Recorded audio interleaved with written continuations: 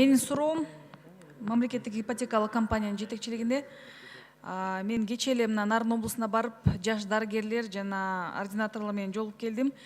Негизи эле буга чейин да биз мына кесиптештер менен көтөрүп келебиз. Дарыгерлерге жана мугалимдерге ошол ипотеканын мүмкүнчүлүктөрүн кеңейтүү. Алар мисалы үчүн 7.000 алса, 5.000 алса, эч качан жетпейт айлыгы. Ошол боюнча кандай план бар? Ушу 1 ноябрь 19-жылдан баштап пайызын төмөндөтөбүз 6%ке чейин, ошо 1%.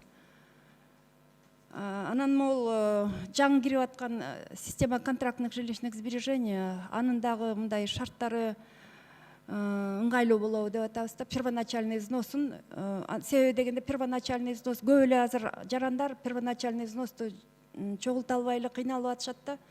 Анан ошол жарандарга ушул ЖСКК менен жакшы продукт деп ойлойбуз, аларга жеңилдирээк болобу деп. Сиз цифралар менен айтып бересизби? Мына баштапкы взнос туура, аны дагы айтып атышат, биз төлөй албайбыз депчи. Анан канча адам камтылат, кандай орточо алганда канча сом болуп атат айына? Эгерде 6%га төмөндөсө, эгерде жанагы биринчи взнос жок болсо? Негизи эле канча дарыгер, канча жаш дарыгер анын ичинде, канчасы депозитте, канча жаш мугалим, ошондой категорияларды бөлүп карап атасыздарбы? Же жөн эле сөзбү бул? Жөн эле алдоо. Биз сиздерге карап беребиз, ошондо карап беребиз, 2 жылдан кийин деп эле мындай келатабыз да. Эми просто бул жерде түшүнүш керек да, бул ипотека, бул кредит да.